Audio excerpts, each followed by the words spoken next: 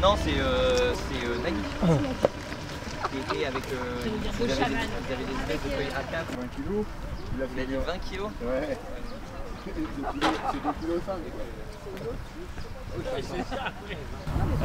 C'est une ferme du coup qui a été montée. Alors moi j'ai signé un bail rural avec l'hôpital psychiatrique de Bourges, le centre hospitalier Georges Sand en 2018.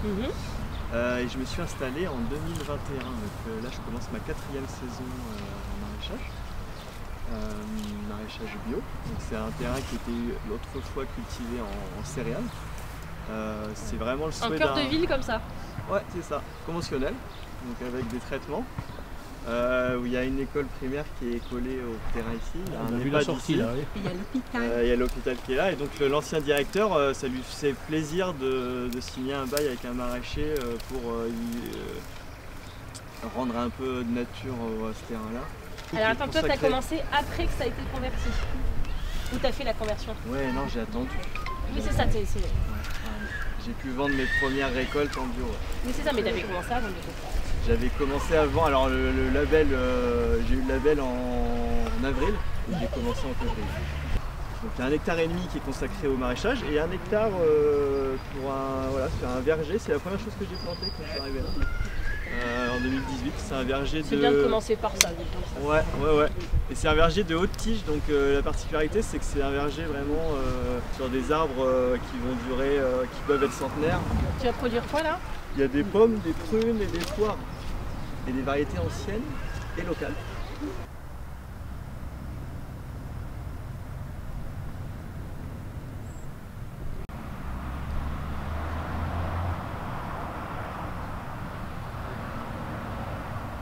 C'est des arbres que j'ai greffés moi-même, qui ont été élevés dans les marais de Bourges et qui ont été replantés ici ensuite. Mais c'est des arbres qui mettent... T'as vraiment la paternité quoi, t'es là depuis le début et tu les vois grandir. Ouais, ça c'est agréable. Après, contrairement à un verger intensif où on a des arbres qui peuvent donner des fruits au bout de 3-4 ans, mais qui par contre n'ont aucune vigueur, aucune résistance, qui ont des racines superficielles, donc qui ont besoin d'irrigation, tout ça. Là on a des arbres qui vont donner des fruits au bout de 10 ans, voire 12 ans, mais qui auront une vie, qui peuvent être centenaires. Il y a des poiriers qui sont bicentenaires aussi, ça existe. Donc, voilà. Mais la vraie économie de la ferme, c'est le maraîchage. Bah tu nous montres? Ouais, on va faire un petit tour.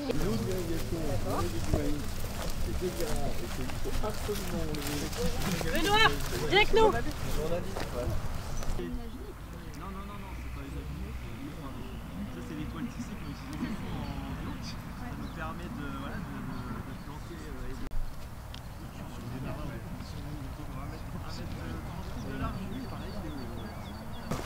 Tu peux goûter, ça va être bon comme ça? En fait.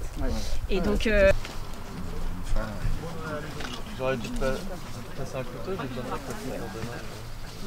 Ah, tu manges la salade. J'adore les feuilles. Bah oui, c'est l'intérêt de la salade. Là il y a du thym. Après là j'ai La sauge sauvage ou toi une... Ouais. Ça aussi c'est de la sauge. C'est vrai que les feuilles sont vachement plus grosses que de la sauge. Ah non mais moi chez moi il est grosse comme ça. Hein. Ça fait des buissons. Ah ouais? Ouais. Et ça du coup ça ressemble à l'estragon mais ça n'en est pas. derrière vous.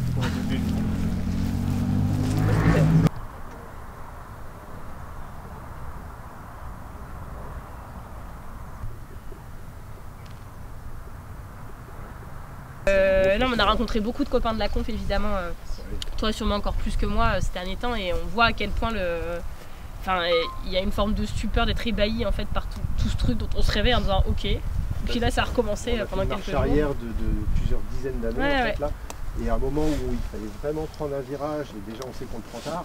Et sur des problèmes qui étaient posés par la profession qui étaient justes, moi je veux dire que les gens soient dans votre syndicat ou dans d'autres, la détresse elle est réelle et la colère elle est juste. Le manque de revenus il est réel, il n'y a pas de reprise, on voit bien nos fermes qui baissent avec le temps, soit les gens s'agrossissent, mais les petits en fait il n'y a aucun soutien qui a été mis en place.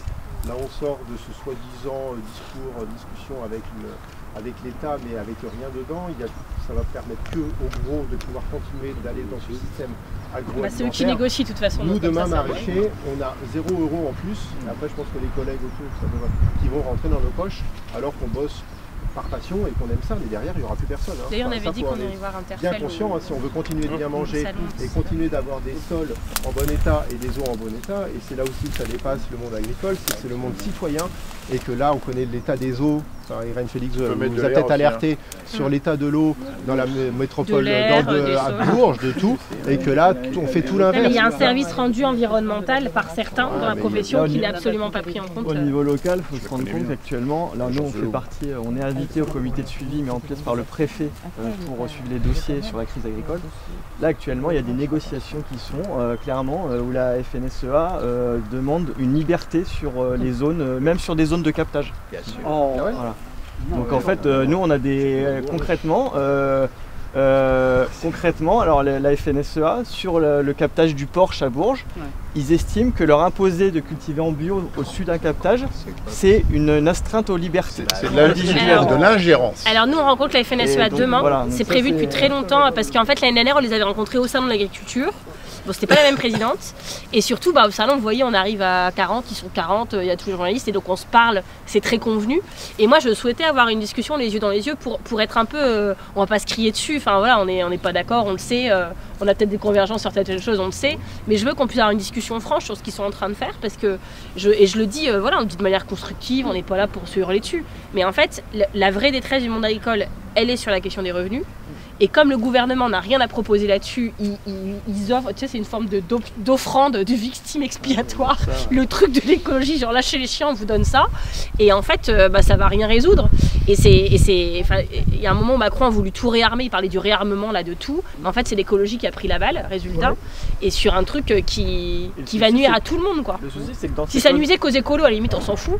Mais là, ça va nuire à la santé de tout le monde. Dans ces comités de suivi qui sont mis en place dans toute la France, c'est chacun il va de sa petite demande et en fait c'est au prix de la santé publique en fait, c'est au...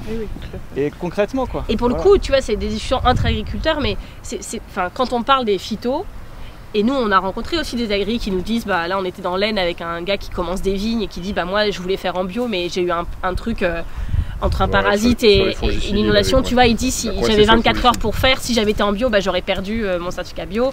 Et évidemment que c'est pas facile tout le temps, partout, enfin on le sait et on discute, mais j'ai l'impression que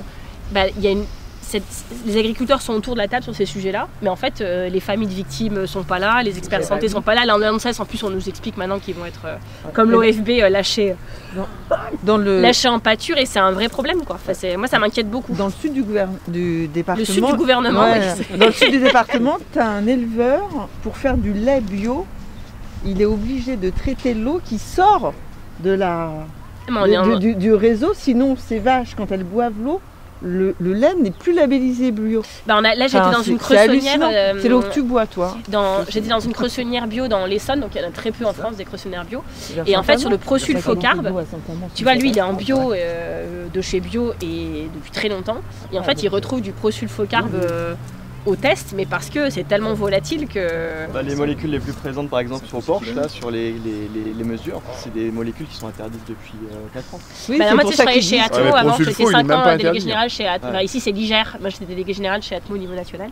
Et on avait lancé toutes les campagnes de pesticides dans l'air.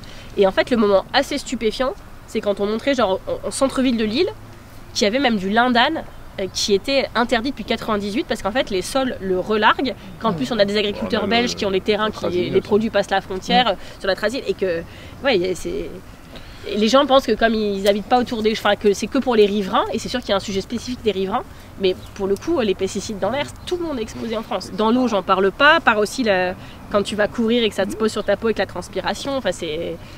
Mais sur le prosulfo, on a un secteur en Bretagne qui est vraiment impacté. Je crois qu'il y a 14 agriculteurs bio qui viennent de perdre la certification à cause de l'utilisation du prosulfo localement, alors qu'eux ils ne l'utilisent pas. Déjà c'est pas une molécule qu'on utilise sur un verger, mais ils ne l'utilisent pas et moi ils me font marrer.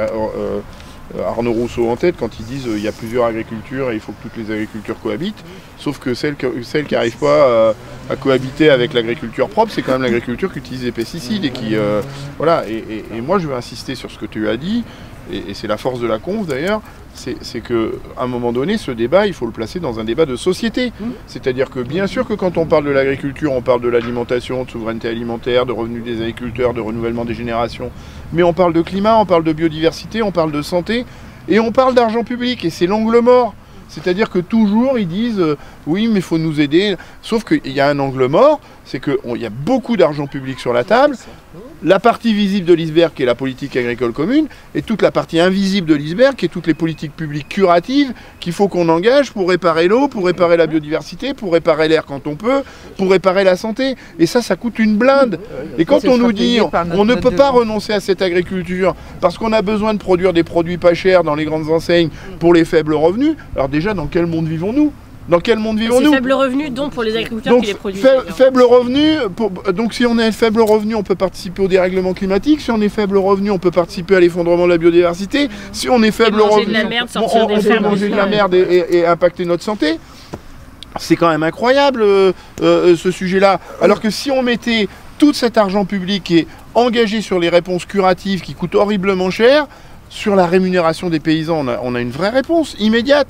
Et on parle de sécurité sociale alimentaire, mais le financement, il est là. Il est dans la réorientation de politiques publiques qui sont aujourd'hui tournées vers des réponses curatives, vers des solutions d'anticipation et de prévention. Enfin, comme disait Raffarin, la route est droite, c'est juste la pente qui est un peu raide, parce que les gens, parce que nos dirigeants, ils n'ont pas d'audace et de courage politique. Il disait aussi to win the yes against the no. Puis il chantait Johnny aussi. Et là, il faisait plein de choses. Mais le truc, c'est que voilà, cette cogestion est insupportable et personne ose tordre le bras à la FNSEA. Enfin, tous les ministres de l'Agriculture sont en liste d'attente pour une grève de couilles, en vérité. La punchline. Très bonne celle-là. Ouais. Je garde. Moi, je me remets pas. Je souhaite...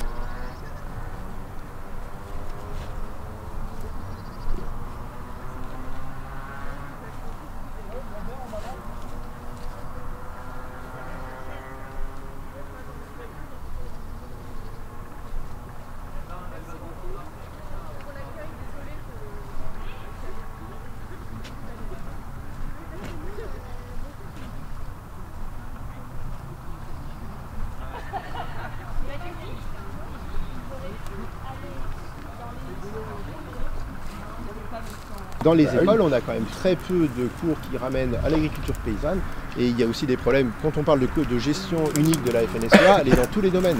Et elle est sur l'eau, elle est sur la pédagogie, ils tiennent tous les trucs, et en fait là en ce moment ils sont en train de faire ensemble, on a la cellulo, on a un collègue de la Confédération paysanne qui y est, parce qu'en fait ça fait déjà plus d'1 an qu'on demande à ce qu'il y ait par exemple un arrêté qui propose, enfin qui évite aux maraîchers d'avoir à faire des demandes d'irrigation, parce que nous, même petits, il nous faut des dérogations pour arroser.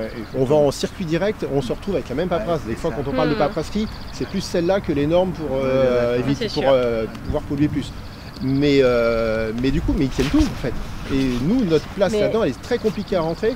On a l'ADR, que vous connaissez certainement tous, qui permet quand même une vision différente de l'agriculture, mais on nous ferme les portes dans tout. En fait, ce qui est dingue, c'est que, tu vois, moi, mon grand-père, quand je suis devenue Nicolo, il m'a dit « Qu'est-ce que je t'ai fait ?» tendu. Et je suis la plus, tu sais, l'aîné des petits-enfants, et vraiment, il ne comprenait pas. Et lui, il était FNSEA, betterave et tout ça dans le Nord. Et en fait, on a beaucoup discuté parce que tu vois, après, c'est des idées, peut-être en 2009 c'était subversif, et puis après, voilà, il a bien vu que son frère était malade, que tout ça. Et en fait, il me disait toujours, mais moi, tu sais, j'ai fait ça, je voulais pas mal faire, c'est ce qu'on m'a appris à faire. Et je disais, ok, et moi je peux comprendre que les agriculteurs, comme c'est son cas, ont été formés juste après la guerre, on se posait pas ce genre de questions. Mais en fait, je ne comprends pas qu'en 2024, quand je vois encore des entrepôts logistiques s'installer sur des terres fertiles, quand je vois ces fermes-usines qui sont plus des usines que des fermes, quand je vois à la fin le mal-être paysan, animal, alimentaire, enfin le mal-être collectif. Chez nous et ailleurs, c'est ça, et c'est un truc, c'est ce que je disais ce matin, c'est qu'en fait, tu vois, si on posait, si t'as quelqu'un qui vient de l'extérieur à qui on présente ce truc, les gens disaient mais pourquoi vous avez accepté de... Ça marche comme ça, c'est-à-dire que les producteurs crèvent, les consommateurs crèvent, rien ne va.